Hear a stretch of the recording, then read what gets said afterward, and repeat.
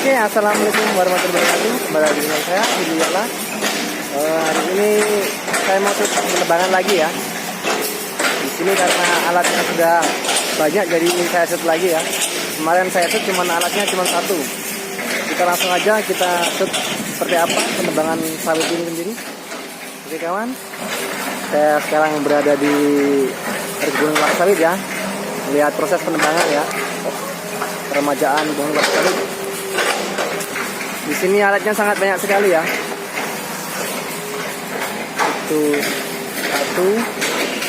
satu, dan ada lagi itu dua di sana.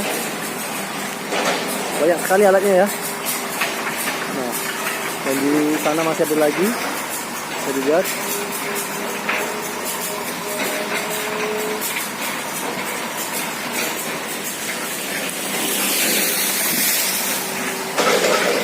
Banyak sekali ya.